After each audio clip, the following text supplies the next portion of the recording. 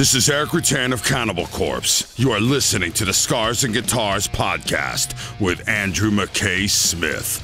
G'day everybody, welcome to the show. I'm so pleased to bring you a conversation with Johnny Hedlund from that great Swedish outfit Unleashed. It was recorded aboard 70,000 tons of metal. We discussed the boat and all things Unleashed. So why don't we get stuck into it? Here he is, Johnny Hedlund.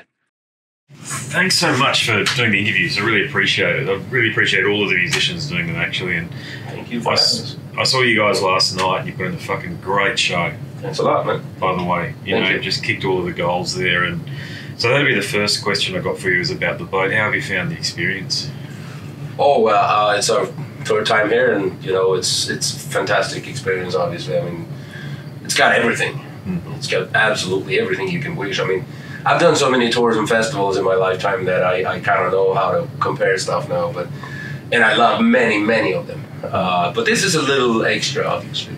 I mean, we play 2 shows, so those days you gotta be a little bit, stay off the beer and stuff a little bit on those days, and but then it's like a vacation as well, and you meet all the friends and you haven't seen in a while, and you can see many other bands too, which you can do in many other festivals, but just the view is fucking amazing to be on a ship like this, Unbelievable. So it's just a fantastic experience. Yeah.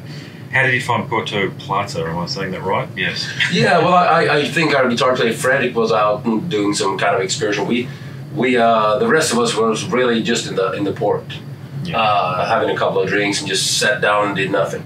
Yeah. So that was more of a tourist place, I guess, because it wasn't really the Dominican Republic. The real. Yeah, no. So, but he was doing a full thing. I mean, he was out there drinking coffee in the city, and I think he was watching the waterfalls or whatever. He did a lot of things, but now we were really more like cool down, don't do anything, just sit down and enjoy it, So, but yeah, it was nice. Exhale a little bit and just take it all in, and just have some beverages and some rum or whatever it is that they've got on there. Yeah. Gotcha. Yeah. Australia. Now, I couldn't find anything to confirm that you'd actually played in Australia before. So have you played in Australia, and are you coming here to Australia soon? No, we haven't. Which is just so damn stupid. I can't even mention it. We should have been there many times by now. Yeah. I mean, there are a few places on Earth that I don't understand how we can manage after 33 years not to go there. And Australia is one of those places. Yeah, and that's just fucking strange, man. I don't know how that got. Japan is one of them too. I mean, Japan and Australia is like places that most of my friends have been to, but not me. For some reason, I don't know what the hell. Because you got. And like you said, I mean, before, Australia is like I have so many friends who've been there, and everybody's telling me that you don't want to go home if you go there. So maybe you want to rethink that, before. Yeah, so I'm like, come on, we got to go there. I told my agent that if you get an offer, we got to seriously look at that. But I don't think we have gotten an offer that's real, because otherwise we would have gone. I mean, we would have just got the tickets and, Oh, you guys have got fans there. You see the T-shirts. Whenever I go to gigs, there's Unleashed T-shirts around. Cool, man. That's good to hear. That's good to hear. Yeah, I've been making interviews with Australian magazines for years in the past as well, and it's strange, man. It's really strange. And it's one of those places that we keep talking about every year. Every time we come up with a new album. Well, what do you know? You think we're going to play in Australia this time? Nah, nobody wants us. It's like it doesn't happen. But all the other places around the damn globe were playing all the time, all the time. So that's strange, man. You're big in South America, aren't you? I don't know. We don't tour that much anymore. We play festivals. Okay. Festivals and shows. We don't really find the time to make extensive touring anymore. So because of all the things that we have responsibilities for back home. So that's But we always look at offers. If you get an offer and you have to be away for 1 week or 2, obviously we will. This trip isn't your everyday weekend thing either. I mean, it does take 10 days for us. Yeah. So and that's fine. Yeah. And that's the same if you go to Australia. You gotta factor in that's not gonna be a 3-day occasion. So. Well, the thing about this place is that people like me then go and buy your T-shirts, then go bring them back to our country, or bring them back to our local place and wear the T-shirt around, and people get curious. It's like, how come you're wearing that T-shirt for? Yeah. That sort of thing. Yeah. So, No Sign of Life, that's the name of the most recent album, isn't it? Yeah. Do you feel as though the band's legacy is building? In other words, do you feel like as though the momentum is increasing with the band based on the success of No Sign of Life? Oh, I know so. And the reason why I know so is because we get offers from all kinds of touring promoters and festival promoters, and that's just going this way all the time. Otherwise, it would go this way. 5 minutes. All right. Morris.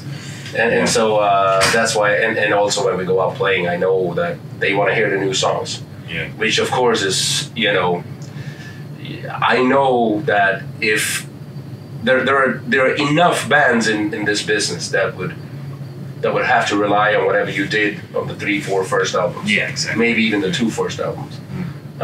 If I did so, then that would be terrible because I would kill half of my crowd. They wouldn't be interested anymore. So, and that's really good. That's really something. I think that's, and I can tell when I play as well that they want to hear new songs, and I guess that's a good reason to keep going. Otherwise, it will be a little bit more like, you did better when you were younger, Yeah, So, I know. Yeah, we like your old stuff. We don't like your new stuff. yeah, but you gotta play from. We have 14 albums out now. We're working on the 15th one, so you gotta try and play from as many albums as you can. You have 60 minutes and you play, but you almost can't play a song from every album because that's that exceeds 60 minutes. So, Yes. It's strange that way, but you do have a cohort that what you're saying is correct, but I also noticed that any of the old school Norwegian and Swedish bands have the fans that just want to hear, for example, Where No Life Dwells. Okay, so have you had the promoters reach out to you and go, a bit like Sodom with Agent Orange, we just want you to play that album all the way through, and then maybe a few other classic cuts? The strange thing is that I haven't. Well, I mean, if I listen to some people that are like in my age, like around 45 to 55, they would probably say that they would want to have the 5 first albums, like weighing over to that side of things. But I haven't really had any like that type of demand. You got to do a tour with these 2 albums because that's what counts. That hasn't happened yet. And I know as well because if I play songs from like most of the albums, then I know I can see the crowd. If they know the lyrics and the choruses of the new songs, the 5 past albums, now then they like them. It's as easy as that, really. Yeah. So, and but yeah, the crowd is getting older. That's for sure. I mean, the metal heads are getting older, for sure. And yes, definitely. That's not really the question, but I guess, but for sure there are many. There aren't enough younger people. I would say. And I guess that's another question. But you're right. The rock and metal is facing that that is a real issue. I notice the cohort here. I'm 45. And I'm probably in the middle of the age group in terms of the people that are here, and we need younger people coming through, graduating to extreme metal. But I mean, it'll probably happen. But who knows? We don't have a crystal ball, right? Right. No, it's the same everywhere. So it's not really, it's not depending on which country. It's the same everywhere. Yeah. I mean, my son is 13 and he knows more metal than fucking everyone in his county. That is in his age. He knows many groups, but his friends, they don't care about music at all. That sucks. Yeah. They would go to Spotify. They click on something that has a lot of views. It doesn't matter what it is. They just click on whatever is on top, and then they would sing that along to some kind of chorus. Whatever type of music that is, doesn't matter at all. That sucks. So he's like kind of alone in his school, like being a metalhead, So that's. Well, look who he's got as a dad. That's awesome. Well, I brought him up well in that respect. I got to tell you, man. I wasn't gonna give that up for sure. Your dad's in Unleashed. No way. I wasn't gonna give that up. All right, we've got the knock at the door, so I better take on my last question. Even though believe me, I've got tons of more questions I'd like to ask. Okay, but look, for you as a bloke who's been in this scene for 40 years or thereabouts, okay, you've been there, you've done that, you've experienced the highs and indeed the lows as well. So what's kept you enthusiastic through the whole thing? Oh, the live show. That's it. I could sit home and make music, lyrics for 100 years. It doesn't matter. That's fun too. It's really fun. But the live show, that's just that's the experience that I'm always looking for. Can I make this better? Can I have that connection with my crowd? Can I look in their eyes and see that they actually know the chorus and that they feel what I feel? I mean, that's just unheard of. I mean, I don't even know how to explain that. That's the type of connection that drives me. And I know this is the same with the guys in the band. You know, that's why if you have a show that wasn't as you would have hoped it would be, then, you know, you feel kind of bad. Yeah. You get paid the same. It doesn't matter. But that just goes to show it wasn't the money. You know, I want to have that experience. I want to see if they like the music. You know, and most of our shows are always great, and that's why that's what keeps the drive. It's fantastic. I mean, that's all there is to it, really. All the other things are good, and there have to be there, the finances and the people that work for us, the crew and those who make the artwork and whatever, and that they're amazing people. But the core of it is the live show. Yeah. Hopefully, Australia in the next 12 months. We'll try and get a promoter onto it, no doubt. Got to do something.